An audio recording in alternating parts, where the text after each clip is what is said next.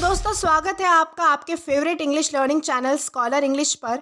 मेरा नाम है दीपिका कुमावत और आज के इस शानदार वीडियो में हम डिस्कस करने वाले हैं पैरा जंबल्स यानी सेंटेंस रीअरेंजमेंट इस टॉपिक को। अक्सर बैंकिंग के साथ साथ अन्य महत्वपूर्ण कॉम्पिटिटिव एग्जाम्स में इस टॉपिक से रिलेटेड 5 से 10 मार्क्स तक के क्वेश्चन पूछे जाते हैं। सेंटेंस रीअरेंजमेंट या पैरा जंबल्स इंग्लिश के उन ट्रिकीस्ट सेक्शंस में से एक है जिनकी अगर अच्छे से प्रैक्टिस की जाए तो फुल मार्क्स स्कोर किए जा सकते हैं, बशर्ते हमें कुछ इंपॉर्टेंट पॉइंट्स को ध्यान में रखकर इन क्वेश्चंस को सॉल्व करना होता है। अक्सर इस तरह के क्वेश्चन में एक जंबल सेंटेंसेस का ग्रुप दिया जाता है या किसी एक सेंटेंस को ही 4 से 5 टुकड़ों में तोड़कर फिर उसे रीअरेंज करने को कहा जाता है। तो चलिए आगे बढ़ने से पहले देख लेते हैं कि पैरा जंबल्स के क्वेश्चन दिखते कैसे हैं।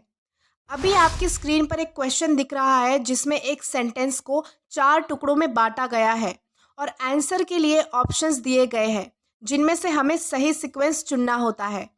फिर उसके बाद अभी जो क्वेश्चन आप अपनी स्क्रीन पर देख रहे हैं वो 4 से 5 सेंटेंसेस को जंबल करके बनाया गया है जिनको सही सीक्वेंस में लगाना होता है और फिर कुछ इस तरह से 4 से 5 क्वेश्चन पूछे जाते हैं। आई होप आपने ये तो समझ लिया है कि पैरा जंबल्स होता क्या है, इसके क्वेश्चंस कैसे दिखते हैं। तो हम अगली कुछ क्लासेस में सभी कॉम्पिटिटिव एग्जाम्स के लिए इजी से एडवांस लेवल के क्वेश्चंस डिस्कस करेंगे, लेकिन आज के इस वीडियो क्लास में हम 10 ऐसी टिप्स या फिर कह लो ट्रिक्स डिस्कस करने वाले हैं जिनको ध्यान में रखकर हम इन क्वेश्चंस को आसानी से सॉल्व कर सकते हैं। तो चलिए हमारा सबसे पहला पॉइंट ये है कि सबसे पहले आपको पूरे क्वेश्चन को एक बार अच्छे से स्कैन कर लेना है और जिस भी एक्सटेंट तक आपको समझ में आता है समझने की कोशिश करनी है।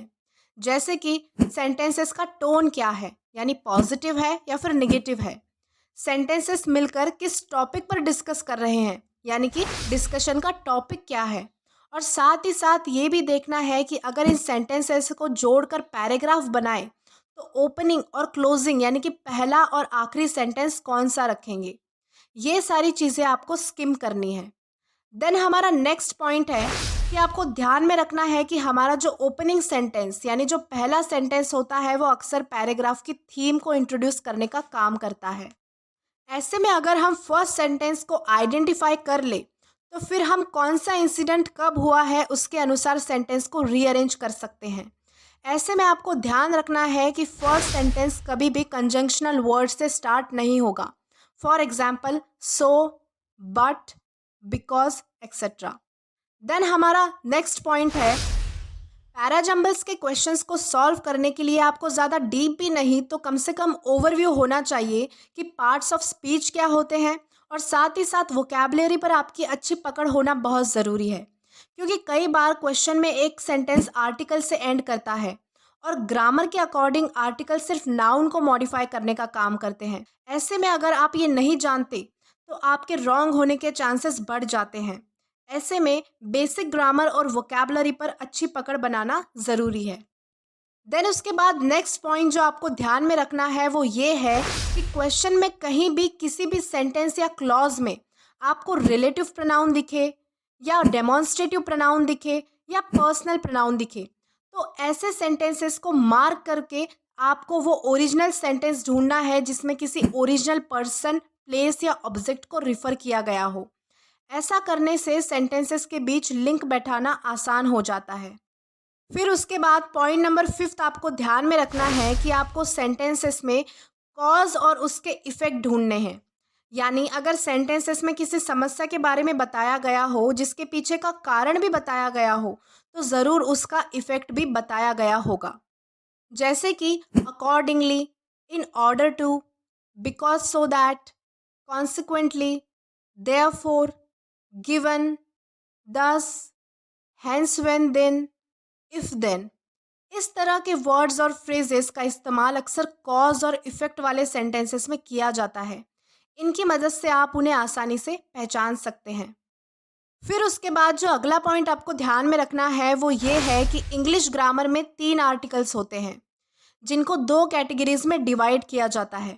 पहला है डेफिनेट आर्टिकल्स जो कि होता है द, और दूसरा है इनडेफिनेट आर्टिकल्स यानी कि अ और एन जहां इनडेफिनेट आर्टिकल्स अ और एन किसी नए या जनरल आइडिया को इंट्रोड्यूस करने का काम करते हैं, और डेफिनेट आर्टिकल्स द पहले ही चर्चा की जा चुकी ऐसे आइडिया, पर्सन या किसी जनरल थिंग के लिए आता है। तो आपको जो यहाँ वो पॉइंट ध्यान रखना है वो ये है कि अगर कोई भी सेंटेंस डेफिनेट आर्टिकल द के साथ आया हो तो वो कभी भी हमारा फर्स्ट सेंटेंस नहीं हो सकता।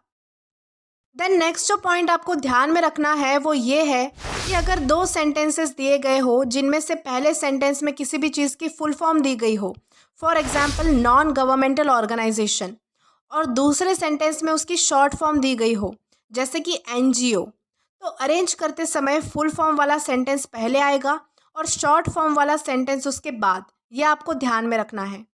फिर उसके बाद जो हमारा नेक्स्ट इम्पॉर्टेंट पॉइंट है वो ये है कि कभी भी जंबल सेंटेंसेस को अरेंज करते समय इस चीज़ का खास ख्याल रखें कि किसी भी सेंटेंसेस में अगर किसी पर्सन, प्लेस या ऑब्जेक्ट का प्रॉपर नेम आया है तो उस सेंटेंस को पहले रखा जाएगा, बजाय उसके जिसमें उस सेंटेंस को रिप्लेस करने के लिए प्रोनाउन आया हो।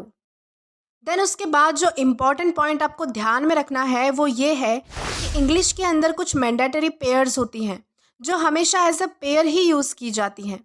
तो कभी सेंटेंसेस में ये पेयर्स दिखे तो इनको कनेक्ट करने की कोशिश करें।